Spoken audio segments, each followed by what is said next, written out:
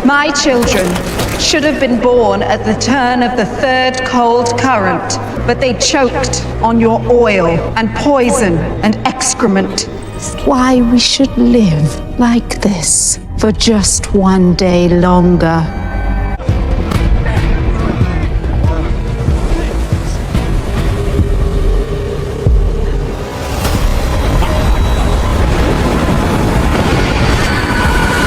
I say again, we come in peace.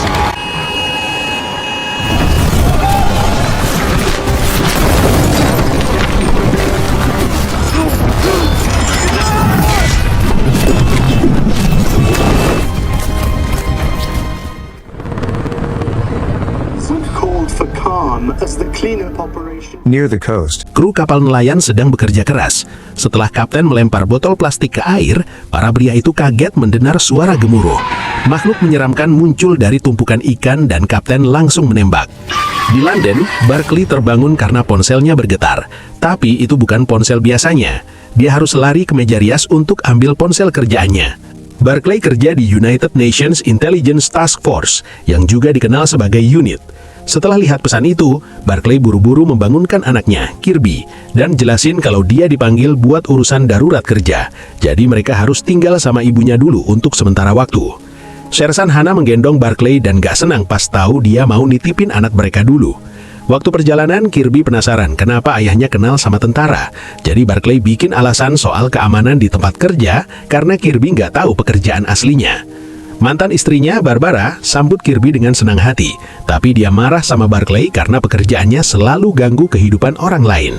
Pas Barclay balik ke mobil, Hana bilang kalau misinya sekarang adalah menggantikan Agent Roger yang lagi tugas lain lagi. Mereka sampai di bandara pribadi dan naik pesawat di mana Jenderal Austin membagikan rencana perjalanan mereka. Detail misi ada di tablet mereka, tapi meskipun Barclay sudah coba buka berkali-kali, sistem tetap nggak kasih akses. Karena kira-kira Barclay salah ketik password, Pip kasihan dan nunjukin video makhluk aneh yang menyerang orang di balik kamera. Hampir panik, Barclay jelasin ke Pip kalau dia pernah gantiin Roger sekali pada tahun 2020, waktu dia harus pergi terburu-buru karena istrinya melahirkan prematur. Dia cuma disuruh angkat telepon Roger yang bahkan nggak pernah bunyi. Sejak itu, Barclay tercatat di sistem sebagai pengganti Roger, tapi dia cuma staf administrasi, bukan agent.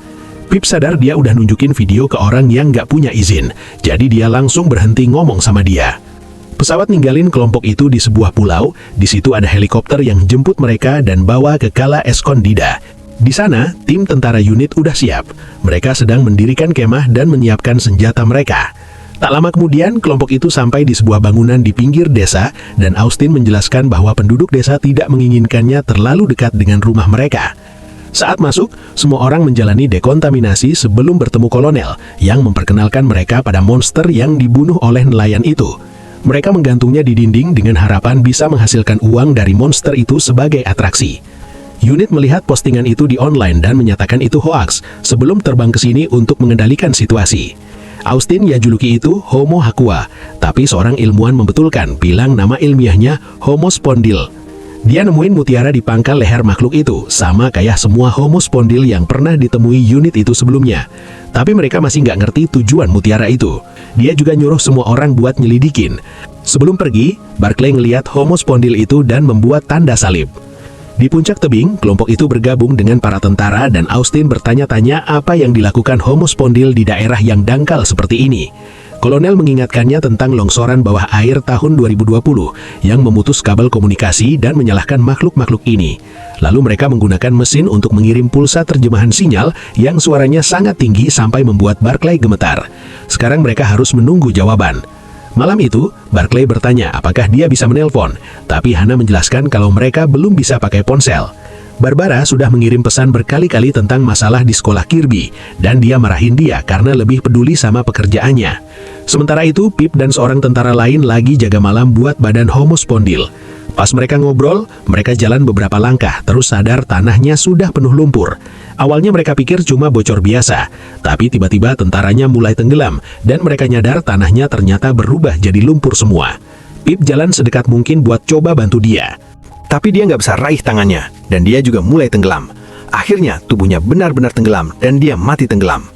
Saat air sampai ke pinggang Pip, dia minta tolong lewat radio. Tapi para tentara cuma dengar suara statis. Terus seekor homospondel lompat keluar dari lubang dan bawa tubuh makhluk mati itu. Saat itu, alarm berbunyi dan tim lari ke gedung, tapi ternyata kosong. Lantainya kembali normal, tapi Barclay melihat sepotong logam yang tersangkut di situ. Dia menariknya sampai keluar satu kursi utuh. Austin coba telepon Pip dan tentara lain, tapi yang terdengar cuma suara statis. Dia terus coba sampai dengar suaranya sendiri keluar dari lantai. Semua buru-buru menggali sampai lihat sebuah tangan. Barclay terguncang lihat mayat, jadi dia keluar buat cari udara segar. Pas Austin ngecek dia, Barclay akhirnya bilang kalau dia cuma pegawai administrasi. Tapi Austin santai aja, karena aturan bilang kalau di saat-saat seperti ini, dampak historis politik atau budaya, seorang sipil harus berdiri bersama tim militer sebagai saksi. Hannah mengaku dia frustrasi karena butuh bertahun-tahun untuk mendapatkan misi penting seperti ini, tapi Barclay malah dapat misi itu karena kebetulan. Dia juga berbagi bahwa homospondel sudah ada di bumi sebelum manusia muncul, saat makhluk-makhluk itu sedang hibernasi di bawah tanah. Planet itu akhirnya berubah dan mengurung mereka di dalam. Sebenarnya UNIT dibuat untuk menangani kejadian-kejadian supranatural semacam ini. Hannah bertanya-tanya, apakah homospondels itu mereka menyerang karena ingin mengembalikan planet mereka? Percakapan mereka terhenti saat seorang tentara mengumumkan bahwa ada homospondel terlihat di pantai. Semua orang buru-buru ke lokasi dan Barclay diberi kamera untuk merekam semuanya. Austin menyuruh semua orang menurunkan senjata saat homospondel muncul dari air dan menjerit ke arah mereka. Dengan menggunakan penerjemah, Austin menyampaikan sambutan ramah dan meminta pertemuan diplomatik. Ketika makhluk itu menunjukkan bahwa manusia telah membunuh jenis mereka, Austin menjawab bahwa para homospondels juga pernah membunuh manusia. Jadi dia pengen semua orang berhenti berbuat kekerasan dan mulai berteman. Makhluk itu setuju, tapi juga nggak setuju. Dan si penerjemah nggak bisa nangkap arti penuh dari kalimat itu. Tiba-tiba, lebih banyak homospondels muncul dari air dan para tentara panik. Tapi Austin ulangi bahwa mereka datang dengan damai, sampai pemimpin homospondel setuju. Setelah itu, Austin minta si pemimpin ulangi kalimat sebelumnya, dan terjemahannya bilang, "Kami sedang berbicara ke seluruh dunia, sekarang juga." Tiba-tiba, setiap orang menerima peringatan darurat di ponsel mereka yang mengumumkan invasi besar-besaran. Di seluruh dunia, orang-orang terkejut melihat homospondels muncul dari laut dalam jumlah besar. Saat video-video dari ponsel menjadi viral, para wartawan meliput berita ini setiap saat. Para pemimpin dunia memulai inisiatif diplomasi H2O dan membangun jalur air menuju rumah kekaisaran, tempat diskusi perdamaian akan diadakan. Barclay pulang dan memberitahu Barbara bahwa dia harus mengurusi Kirby agak lama. Dia nyalahin itu karena promosi penting dan ngirimin Barbara 3.000 pounds ke rekening banknya biar dia tenang. Beberapa waktu kemudian, para pemimpin militer penting ngumpul di istana kekaisaran buat mulai diskusi damai.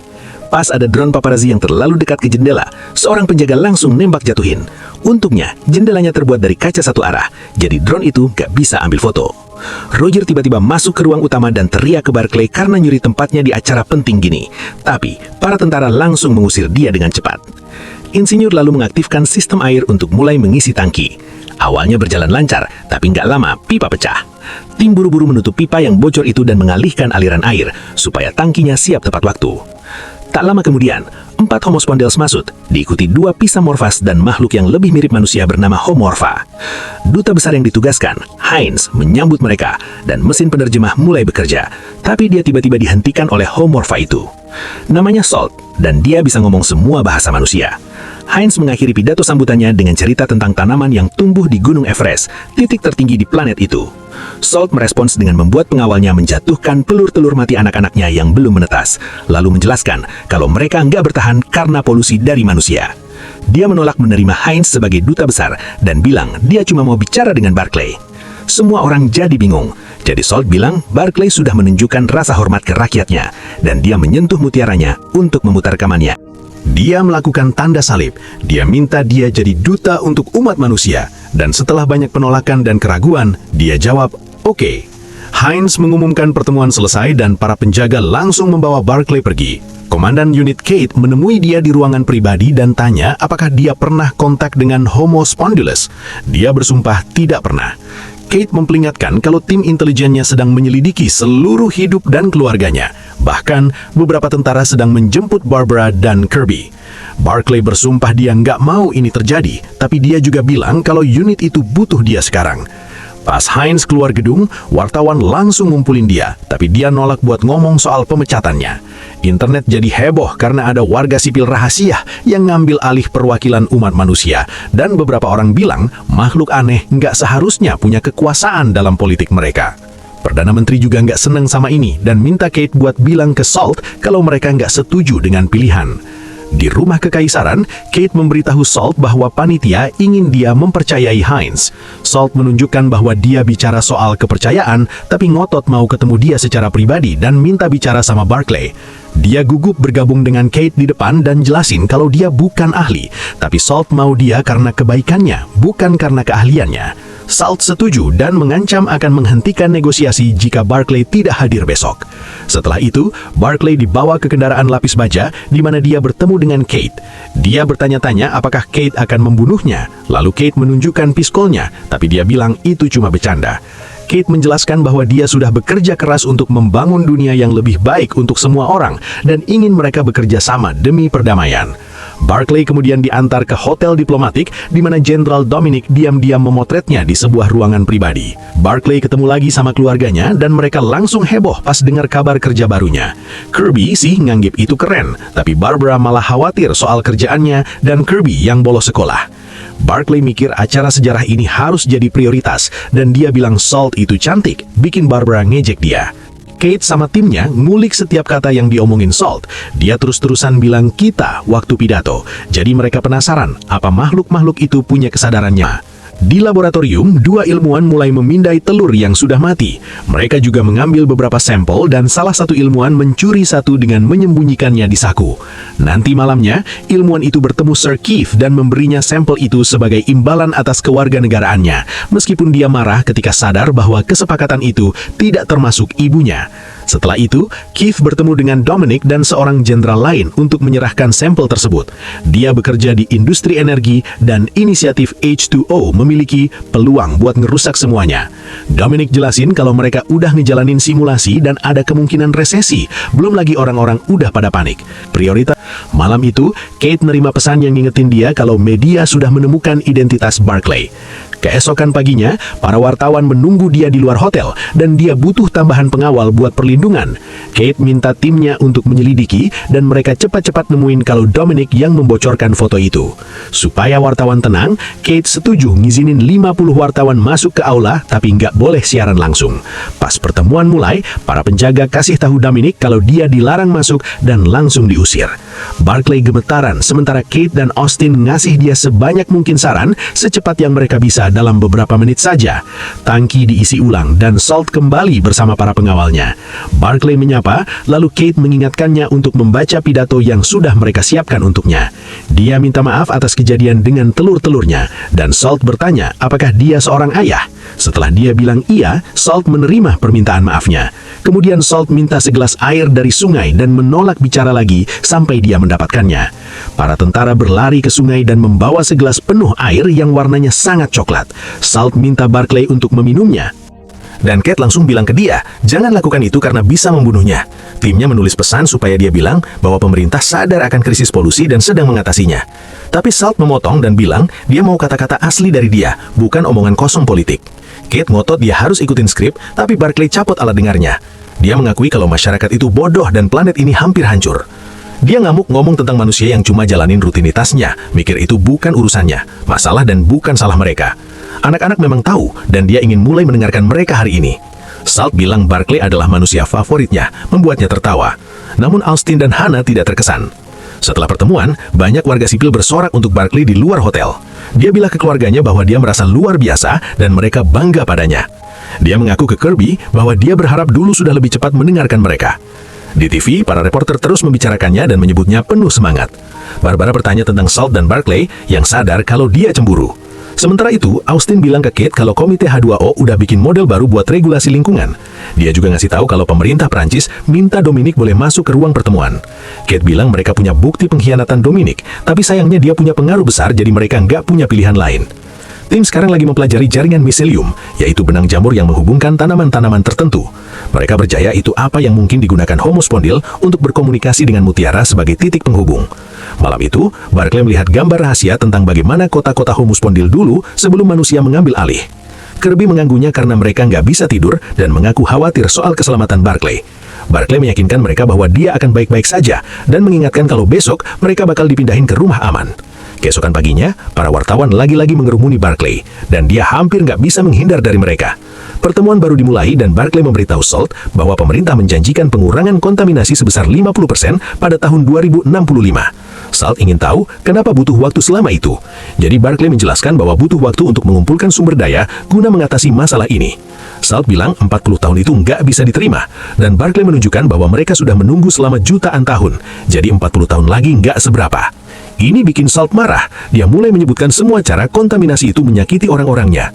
Barclay jadi gugup dan minta maaf. Salt percaya padanya, tapi dia tahu para pemimpin dunia nggak serius. Pas Barclay coba yakinin dia kalau keinginan terbesar umat manusia itu buat memperbaiki segala hal, Salt jawab dia bakal mengabulkannya. Tiba-tiba langit jadi gelap dan guntur bergemuruh. Suara aneh bikin orang-orang mikir bakal ada badai, tapi ternyata bukan air. Plastik jatuh dari langit dalam jumlah mengerikan di seluruh dunia. Orang-orang di jalan panik dan lari cari tempat aman. Barbara minta sopirnya bawa mereka pergi dari situ. Tim Kate mendeteksi plastik yang keluar dari laut dan sungai. Sementara semua pemimpin dievakuasi, Kate minta Salt untuk menghentikan ini. Namun Salt bilang mereka sedang membersihkan kekacauan yang dibuat manusia. Barclay nelpon Barbara dan suruh dia datang ke rumah Imperial. Supirnya berusaha cari jalan yang terbuka, tapi plastik mulai menutupi sebagian besar jalan. Tiba-tiba sebuah benda besar jatuh di kap mobil, menghancurkan mesin dan melukai sopir.